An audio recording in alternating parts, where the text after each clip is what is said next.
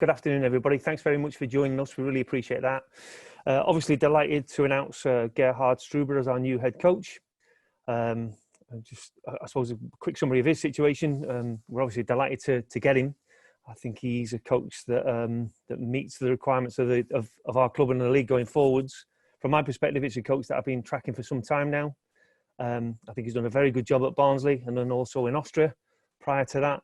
And I suppose if we're thinking about reason for appointment, well, when I last had this conversation with you guys, we were chatting about what the process would look like going forwards. We were talking about having a very clear play and identity and philosophy. We were talking about a very clear recruitment policy. And then we were also talking about performance. And I think from my perspective, Gerhard, fits very well into all three of those categories, really. He's obviously got a youth development background in his time in Austria. He's proved that from a senior perspective that he's capable of getting results.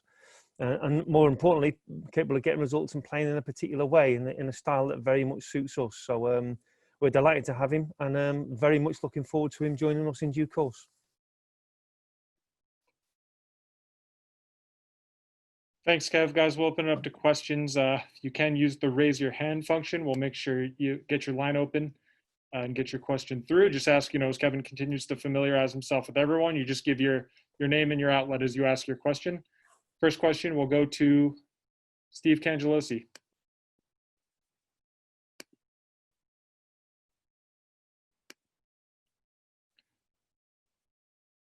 Steve, I think, sorry, you might still be on mute there. We'll get your line open. Sorry about that, Kevin. It's open now, I hope. Hey, Steve, how you doing? Steve, I apologise. You always look so much smarter than me. I must make more of an effort next time around. That's why I keep my mouth shut to even things out. If you can expand a little bit, Kevin, on the process of interviewing candidates, if you care to share how many were actually interviewed, and did you ever get to talk to Gerhard personally during this process as you interview in the age of COVID? Yeah, so just being very clear on the process going forwards, I mean, any club that's worth its salt is going to continue to track and monitor head coaches, even if they've got somebody in situ, in my opinion, Steve. That just is very much part of life and very much part of the job. And so, without question, I had that process going at Wolves when I was in the Premier League, and we had that process as soon as I arrived here. And so, it's then just about aligning the context. And what I mean by the context is being very clear about what this club needs as opposed to any other club. So as I mentioned in my summary, we're really looking at coaches that fitted our criteria, really, which is having a very clear player and identity, be very clear about their ability to work with young players, because that's going to be it has been our MO for a number of years and will continue to be. But also on top of that, they've also got to be able to get results and prove that they are capable from a performance perspective. And so it very much was like looking at head coaches who aligned with those three key criteria. And then in terms of conversations and in terms of the interview process, again, we put as much diligence into the process as we possibly could, running alongside the conversations with the head coaches and the candidates. You've always got a dossier, let's call it, that sort of sums up exactly where you are in the process and exactly what they look like, to make sure what they're saying is actually what they're doing in the real world, and making sure they are exactly going to be the right candidate for you. Because it's very, very, very easy to say, yes, I do these things, and then it's very easy to not do them at all. And so almost sense checking and checking and challenging all of the candidates as we went along. And then once we've been through at least 3 rounds of conversations with candidates, that's when we made a final decision. Unfortunately, I didn't get to meet Gerhard personally. It was all remote. I suppose that's one of the difficulties and one of the differences in today's day and age, I suppose. But I was very confident with the references that we had, with the dossier of information that we built, and then also the conversations I had with him, that he's going to be a very good fit for us. Thanks, Steve. Next up, we'll go to Ryan Gerbosi. Hey, Kevin. Thanks for taking the time. Ryan Gerbosi with Newsday. Hey, Ryan. Nice to meet you. A month ago is when this position first opened up. Are you happy with how the team has responded since Chris was let go? And did that at all impact your decision to go with Gerhard here? Yeah, so a month is not a long period of time for us to decide to change and then to go through the process. So I was fairly happy that we were able to do the appropriate level of diligence and then get to a decision, I suppose, as quickly as we could. 4 weeks is a quite tight turnaround, especially when we're going to want to make sure we dot quite a lot of I's and cross quite a lot of T's. And then in terms of performance of the team and the coaching team since Chris left, I've been very pleased. I think Bradley's handled it very well. He's been ably supported by Preston Burpo, our goalkeeping coach, and the rest of the coaching team. And to be honest, I expected nothing less. They're very professional people. They care very much about the club, and I think they've done a good job. So I've been very pleased on both sides that A, we were able to get the candidate that we wanted, and then B, the response of the players and the coaching team to make sure that we kept on moving the ship forwards, as it were. Thanks, Ryan. Next up, we'll go to Sam Stejskal. Sam, your line should be open. Thanks, Gordon. Thanks, Kevin, for taking the time. Hey, Sam. How you doing? Doing well, thank you. Appreciate you taking some time out of the afternoon to talk with us. Excuse me. Obviously, the priority and the focus is on getting Gerhard to New York and what he's going to do with the club on a local level. But he has long history with the organization in general. And, the fee reports of Dietrich Mateschitz' involvement, I think those kind of speak volumes. How much of this hire was about bringing him to New York, and how much of it was about getting him back into the Red Bull family, more broadly speaking? Yeah, well, so number one, let's just firstly say, without question, he's well known to the group and the rest of the organisation, and that helps, I think, in terms of the process, because we're obviously able to get some very good references. But without question, it's all about New York at this stage. Now, Sam, football just as well as anybody else, and who knows what happens in the future. But of course, we're going to want somebody who's going to be committed to New York. And without question, I got that sense in the conversations that I was having within Gerhard all the time along the actual process. My view is that he's extremely committed to us. Of course, am I sense checking where we are against Global? Yeah, of course I am, because that's without question the right thing to do, and it gives everybody the confidence that we're going to get the right guy. But then in answer to your second part of the question, who knows, Sam? We're obviously trying to find individuals who are highly ambitious and want to achieve things, and without question, what happens then is they get interest from other football clubs, never mind our group. And so I've got no doubts that we've got the right guy. I'm hoping he's going to be very, very successful with our support. And then I hope we're going to continue to match his ambitions by making sure that we continue to make progress while he's here as our head coach. During that time, am I expecting him to get interest either from our group or from the wider football population? Yeah, I hope so, because that proves he's doing a very good job. And then we'll deal with that as we find it. Thanks, Sam. Next up, we'll go to Tom Bogert. Hey, Kevin, thanks for doing this. Tom Bogert, MLSsoccer.com. So just in general, going with that ambition, but first of all, when you, I guess, decided on Gerhard, what were the conversations with Barnsley about getting him out of his contract and to the Red Bulls? And over the weekend, he had a pretty incendiary quote about Barnsley weren't matching his ambition or whatever. And I just wanted to know if those conversations came up during the interview process and what you guys said to each other, just in that, what made him know that you guys were going to match his ambition.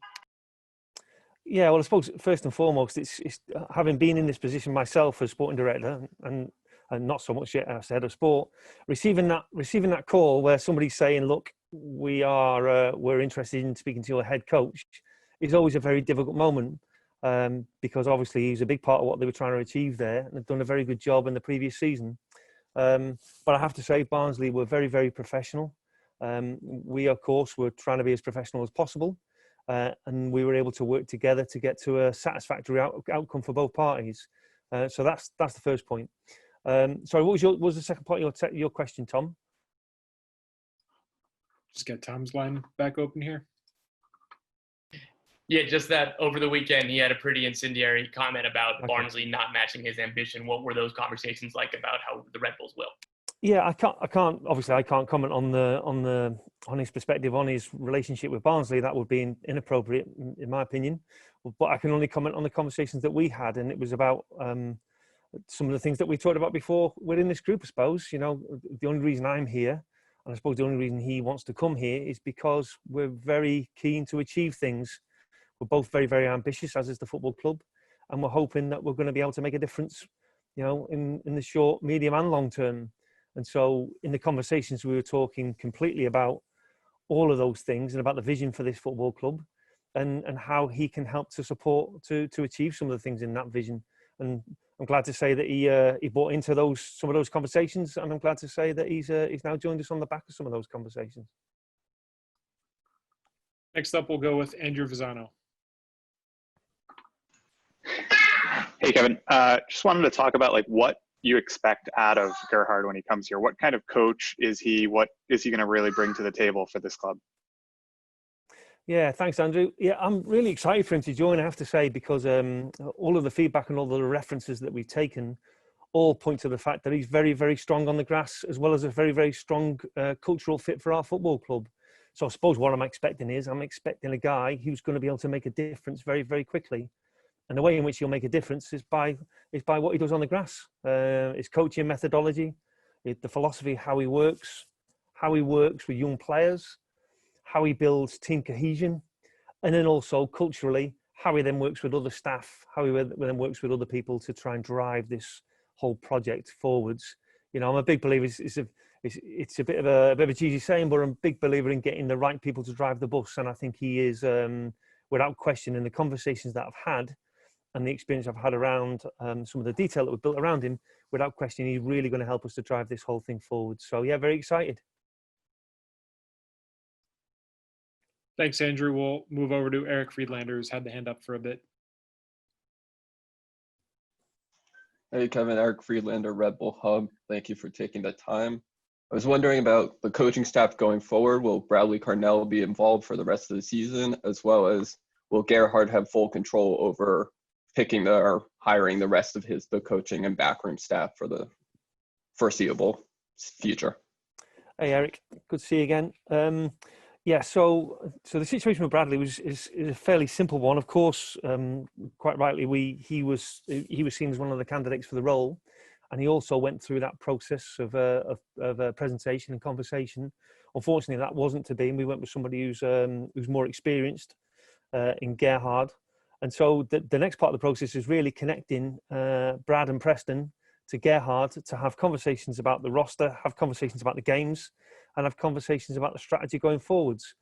My personal opinion is that Brad very much remains in control to a respect, but of course, he's the sort of guy who's going to want to reach out to me and to Dennis and now to Gerhard and take some sort of consultancy. And Gerhard, without question, is a guy who wants to work with people. So I don't see there being a sledgehammer approach, Eric, where he says, right, okay, as far as I'm concerned now, this is what you do and this is how you do it, because I don't think that works for anybody culturally. But what I do see is Gerhard obviously having some deeper, some detailed conversations about the games and about how we played. And then, of course, that will inform coaching strategy going forwards. And I'm sure it'll inform lineup going forwards, as you'd expect it to. Thanks, Eric. We'll go back to Steve Cangelosi. Kevin, when a coach comes in and instills this kind of philosophy, which I understand is a continuation a bit of what the Red Bulls have done in the past, what's a reasonable timeline for you to see a difference in the execution of your team's play? And what's the earliest timeline that he will be coaching your team? Is this days? Is it weeks? What do you foresee? Yeah, so a couple of things on that, and it's not easy for a new coach at the best of times moving from club to club within their own country.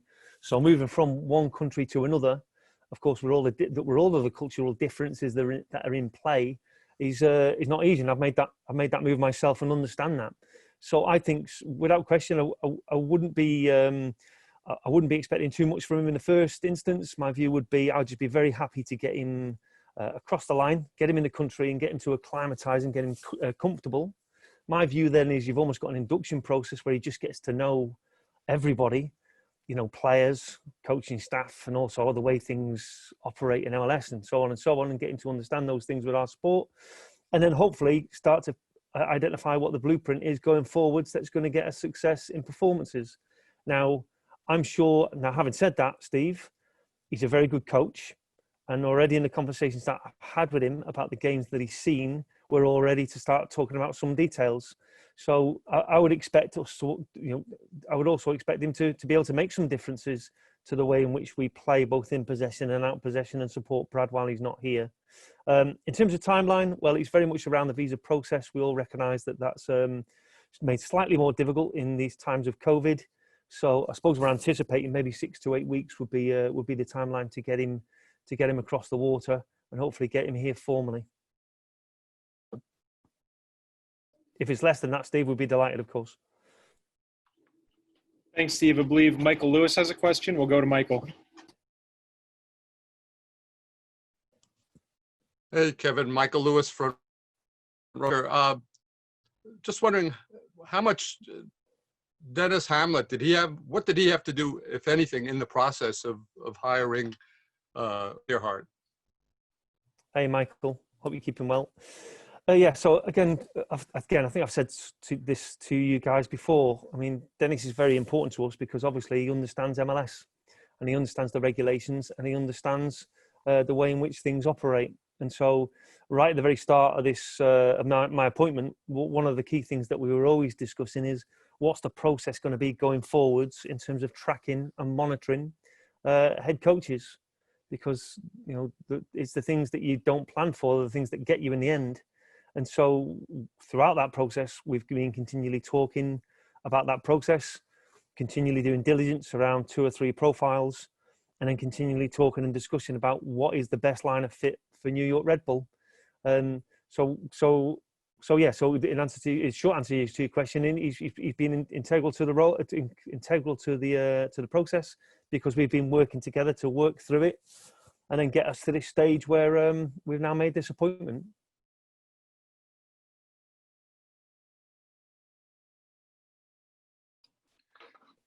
Thanks, Michael. Guys, I don't see any hands up right now. I think we got time for 2 more if we have them.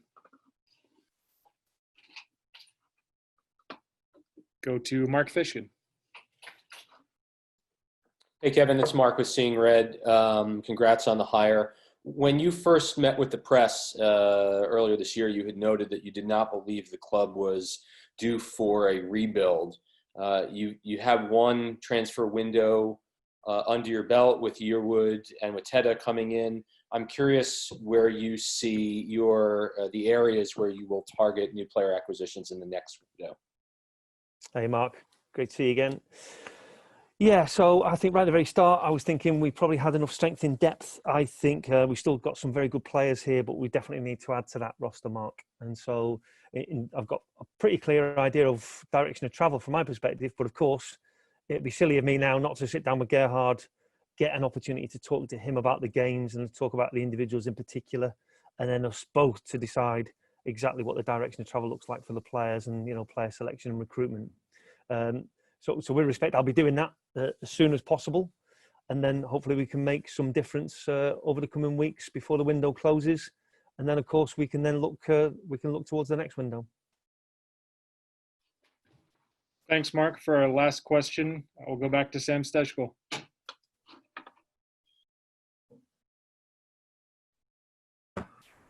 There we go. Sorry about that. It took me a second to get unmuted. Kevin, I'm curious if you think this move is sort of aligned with getting more back in touch with sort of the roots of Red Bull, if you will. Signing Drew, signing Samuel Teta, 2 younger players, particularly Drew, that kind of fit into that global philosophy. Do you think this is in line with that sort of direction as well? Yeah, Sam, it's a really good question. My view on football clubs in general is that it's the ones that have a very clear identity tend to be the most successful ones. And so the fact that Red Bull, New York, and the other partners, let's call them, have this clear identity, I see as a big strength. And so from my perspective, in terms of appointment, it makes that appointment very easy because it's clear to me the things that are important to the club in the first instance, and then important to the wider organization in the second. And so if I'm looking at the way in which we've approached this appointment, it very much has been about saying, okay, what is our football identity? Let's identify people who believe in that identity and are also very good at delivering it. What's our recruitment philosophy going forward? And again, I think it's clear for everybody to see that our preference is to identify and secure young players that have the capability of playing this way. And then, of course, it's all about performance. So it can't just be about young players coming in and adding value. It really has to be about MLS Cup.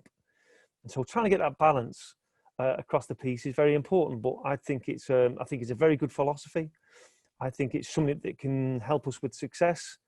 And then I think identifying a coach who believes in those things to work with like-minded people in the football club is only going to help going forward. So yeah, for sure, it's very much about identifying what's important to us and then finding somebody to fit that mold.